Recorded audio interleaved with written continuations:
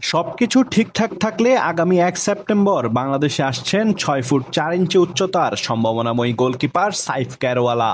তাহলে কি এবার বাংলাদেশের গোলপোস্টের নিচে একজন নির্ভরযোগ্য গোলরক্ষক পাওয়ার অপেক্ষা শেষ হতে যাচ্ছে?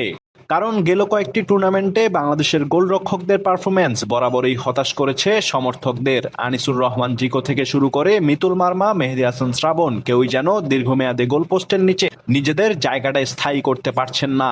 তবে এবার কি সেই সমস্যার সমাধান হতে যাচ্ছেন সাইফ ক্যারওয়ালা? দেশের শিকড়ের টানে এবার আমেরিকা থেকে বাংলাদেশের ফুটবলে পাড়ি জমাচ্ছেন ২৭ বছর বয়সী এই গোলরক্ষক। ৬ ফুট ৪ ইঞ্চি উচ্চতার সাইফ বর্তমানে খেলেন আমেরিকান ক্লাব ওয়াশিংটন অ্যাটলেটিকোতে। আর ঠিক এখানেই তাকে নিয়ে বাংলাদেশের ফুটবল প্রেমীদের আগ্রহটা একটু বেশি।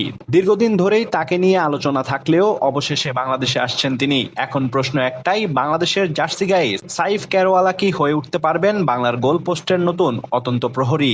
সেটার উত্তর হয়তো সময় দেবে, কারণ আন্তর্জাতিক ফুটবলে নিজেকে প্রমাণ করতে হলে তাকে পার করতে হবে কঠিন পরীক্ষা। তবে একজন ২৭ বছর বয়সী ৬ ফুট ৪ ইঞ্চি উচ্চতার গোলকিপার যখন আমেরিকা থেকে দেশের ফুটবলে আসছেন, তখন তাকে ঘিরে স্বপ্ন দেখতেই পারে বাংলার ফুটবল প্রেমীরা।